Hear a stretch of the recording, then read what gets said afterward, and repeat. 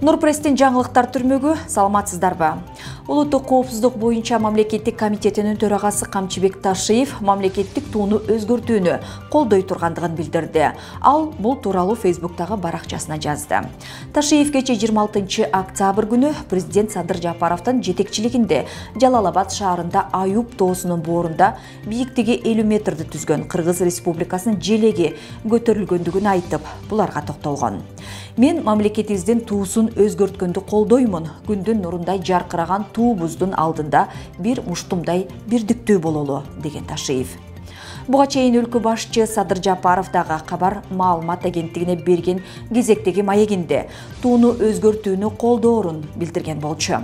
Президенттин айтымында буга чейин эл ичинде тууну күн карамага окшоштуруп, мамлекетибиз ушундан улам өз алдынча көтөрүлө албай, күн карама абалда келатат деген. Тууну өзгөртүү маселесин мамлекет башчысы менен УКМК төрагасы колдоого алса, коомдук ишмерлер, адабият, маданият, искусство өкүлдөрү жана карапайым калктын басымдуу бөлүгү каршы чыгышууда.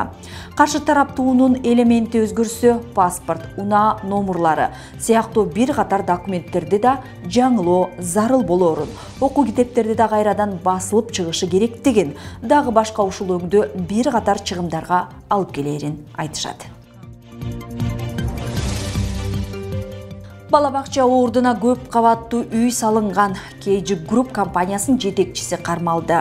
Жүргүзүлгөн атайын иликтөө иш-чаранын натыйжасында Бишкек шаарынын мэриясынын бөлүнгөн жер тилкеге 280 орунду бала-бакча салынуусу керек эле. Бирок буга карабастан Бишкек глав архитектура мамлекеттик мекемесинин жана кадастр мамлекеттик мекемесинин жооптуу жана кызмат адамдары мыйзамсыз киреше алуу максатында 12 кабаттуу турак жайдын курулушуна карап, техникалык паспорт берүү жана тиешелүү документтерди тариздөө жол жоболорун жоопкерчилиги чектелген компаниясы менен жүргүзгөн. Кылмышка шектелген компания буга чейин мыйзамсыз түрдө 2 көп кабаттуу үйлөрдү куруп, аны сатып жиберишкен. Бишкек шаарынын жакынкы райондорунун жашоочулары шаарда жетишсиз болгон бала-бакчадан ажыраган. Ошентип мамлекетке 52 миллион сом өлчөмүндө зыян келтирилгендиктен аталган компаниянын ээси кармалып, Бишкек шаардык ички иштер башкармалыгынын убактылуу кармоочу жайына камалды. Айрым маалымат каражаттары аталган жаран KG Group курулуш компаниясынын башчысы Ташев Имамидин экенин жазышууда. Жогорку кеңештин депутаты Адахан Мадумаров абактан ооруканага которулду. Бул маалыматты Мадумаровдун жактоочусу тастыктады. Анын айтымында депутат Мадумаров УКМКнын убактылуу кармоочу жайынан республикалык кардиология борборуна которулган. Эске салсак, саясатчы Мадумаров 2 сентябрда кармалган. Бишкектин 1 май райондук соту аны 24 октябрга чейин камакта калтырган.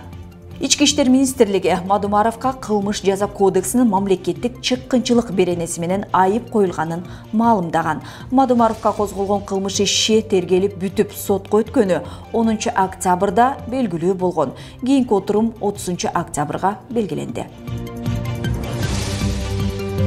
Кече 26 октябрь күнү Жалал-Абад шаарынын Курманбек стадионунда президент Садыр Жапаровдун катышуусунда шаардын 146 жылдыгына карата майрамдык салтанат өттү.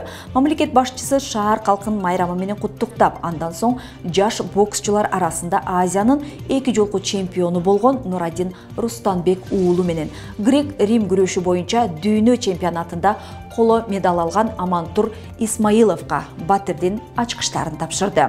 Мамлекет башчысы мындай белектер буга чейинки 1 орунду алгандарга берилип келгенин айтып, бул жолку 3 орунга да батир берүү жаштарды спортко үндөө максатында жасалып жатканын айтты.